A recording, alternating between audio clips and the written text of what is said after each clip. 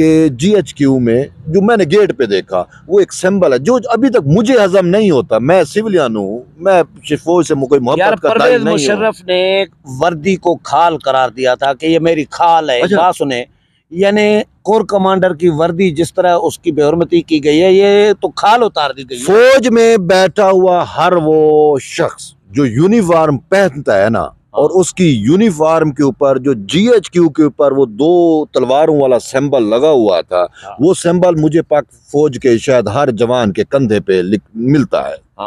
تو جس کے کندھے پہ وہ سمبل تھا یا ہے یا پہنتا رہا ہے یا پہنتا رہے گا, وہ تو کبھی بھی اب عمران اور اس کے سہولت کاروں کو تو وہ تو نہیں چھوڑنے لگا. ہاں ایسا ہی ہے. ٹھیک ہے, اور یہی میسج آج آرمی چیف نے کنوے کیا ہے اس بندیال کو بھی کہ بھئی تیری کوٹ کا تقدس ہے, اور تیری کوٹ کے تقدس کو تو ہم نے دیکھا ہے اور تو خود اپنے تقدس کو پامال کر رہا ہے. آرمی چیف نے تو نہیں کہا, لیکن اس کہنے کا مطلب اس کا یہی بنتا تھا. پیغام اس طرح کا ہے. بات یہ ہے کہ سب سے بڑا کوٹ کا تقدس کب پامال ہوتا ہے؟ جب آپ آئین اور قانون سے ہٹ کے فیصلے کرتے ہو. یہی ہوتا ہے نا. جب ساسو ماں ایک جج کی جو چیف ہے, چلو ایک جج کی ساسو ماں پورے پاکستان کے, پہلے تو ہم کہتے تھے جیسے سپریم کورٹ یرغمال بنی ہے, لیکن جو ہائی کورٹ نے کیا ہے اس سے تو اب یہ چیز آ گئی کہ پورے کا پورا پاکستان کا جوڈیشل سسٹم جو ہے وہ ساسو ماں یرغمال بنا کے بیٹھ گئی. ایسا ہی ہے. اور پھر 2 شیشے ٹوٹتے ہیں, ان 2 شیشوں کی وجہ سے پاکستان کی کیا پوری دنیا کی عدالتی ہسٹری میں ایک نظیر قائم ہوئی انوکھی. اور اس نظیر کیسے قائم ہوتی ہے؟ وہ جورسپروڈنس ایک قانونی وہ ہے جورسپروڈنس کے تحت.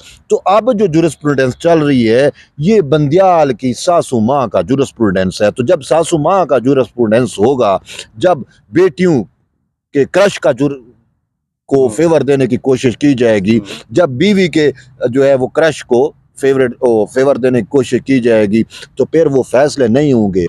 تو بات ادا یہ ہے کہ آرمی چیف نے کلیئر اینڈ کٹ میسج دیا ہے. اس نے کہا ہے کہ بھائی 9 مئی یوم سیاہ ہے اور پوری فوج منا رہی ہے. ٹھیک ہے, یوم سیاہ منا رہی ہے. پھر اس کے بعد اس نے کہا کہ ہم تو نہیں چھوڑنے لگے, ہمارا عزم, وہ لکھا ہوا ہے کہ آرمی چیف نے عزم کیا.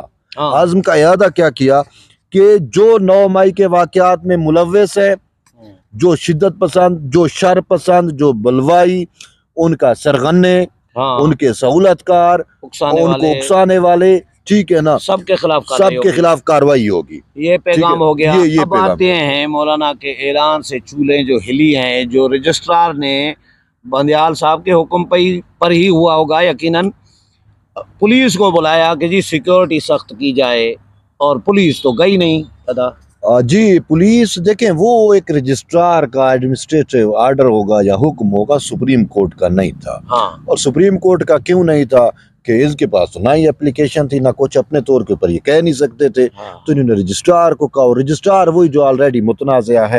ٹھیک ہے, اس کے میں غیر قانونی تقرری والا متنازع اور وہ سارا حکومت ہٹا چکی ہے, کبھی نہ ہٹا چکی ہے, چیف جسٹس کے حکم پر بیٹھا ہوا, اور وہ بھی 2 نمبر طریقے سے, چیف کے 2 نمبر فیصلے سے. ٹھیک ہے, جس کو اختیار ہی نہیں تھا, دائرہ کار ہی نہیں تھا, تو اس نے وہ آرڈر کیا.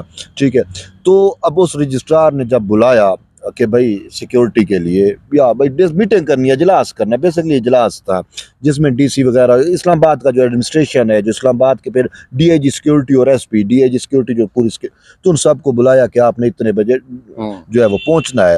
تو اس میں صرف آپ کے جو میمن صاحب ہیں ڈی سی, وہ صرف پہنچے, باقی کوئی نہیں آیا. تو اجلاس اس کو ملتوی کرنا پڑا, اور بھائی منڈے کو پھر دوبارہ وہ آئے. ان کو بلایا کیوں؟ ان کو خطرات خدشہ کیا تھا جب مولانا نے کہا ہے کہ یہ پرامن ہوگا, کوئی سپریم کورٹ پر چڑھائی نہیں ہوگی, کوئی حملہ نہیں ہوگا, ہمارا پتہ بھی ایک نہیں ہلے گا. جب مولانا نے اعلان کر دیا, اور پہلے مولانا 2 دھرنے دے چکے ہیں, پتہ ہے سب کو کہ پتہ بھی نہیں ہلتا, تو پھر خوف کس چیز کا؟ خوف تو پڑنا ہے. بندیال شاہ یہ سوچ رہا ہو کہ بھئی جو جی ایچ کیو کی, بھئی تو کسی کو نہیں تھا نا کہ جی ایچ کیو میں یہ ہو سکتا ہے, کوئی نہیں سوچ رہا تھا نا, اور ہوا. جی ایچ کیو کا تقدس پامال ہوا.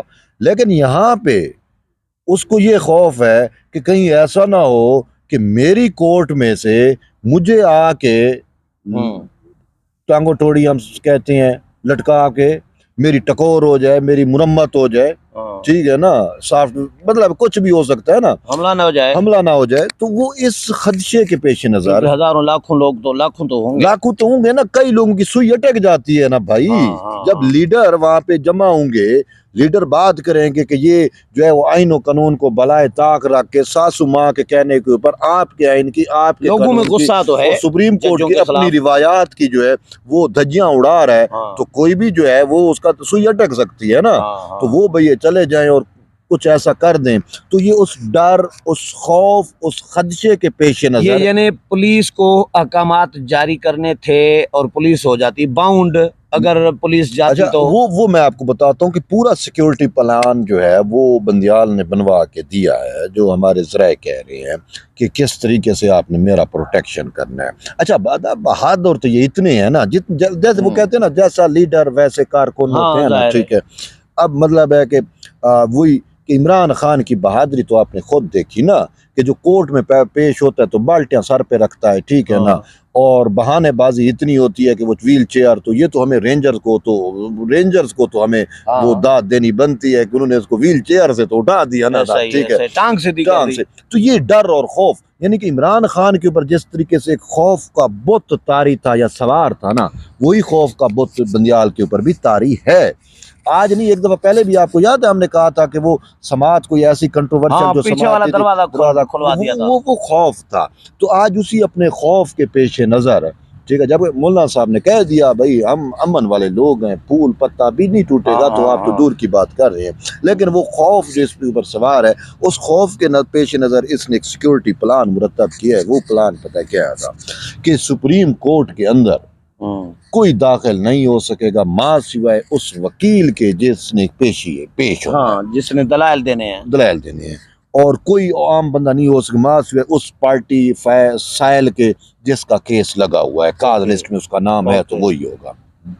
اور تیسرا یہ کہ کوئی صحافی, جیسے ہمارے دوست صحافی اکثر آتے ہیں کہ اہم ایونٹ ہے سننے کے لیے, کیونکہ اس دن بھی اہم سماعت ہے 1 بجے نا, بڑی سماعت ہے, پاکستان کے مستقبل کا تعین جو ہے نا, وہ تعین تو میں نہیں کہوں گا کیونکہ ان کے فیصلوں کی وقت نہیں ہے, اب کوئی نہیں مان رہا, لیکن یہ اپنے طور پہ کہانیاں تو بنا رہے ہیں نا, سہولت کاریاں کر رہے ہیں.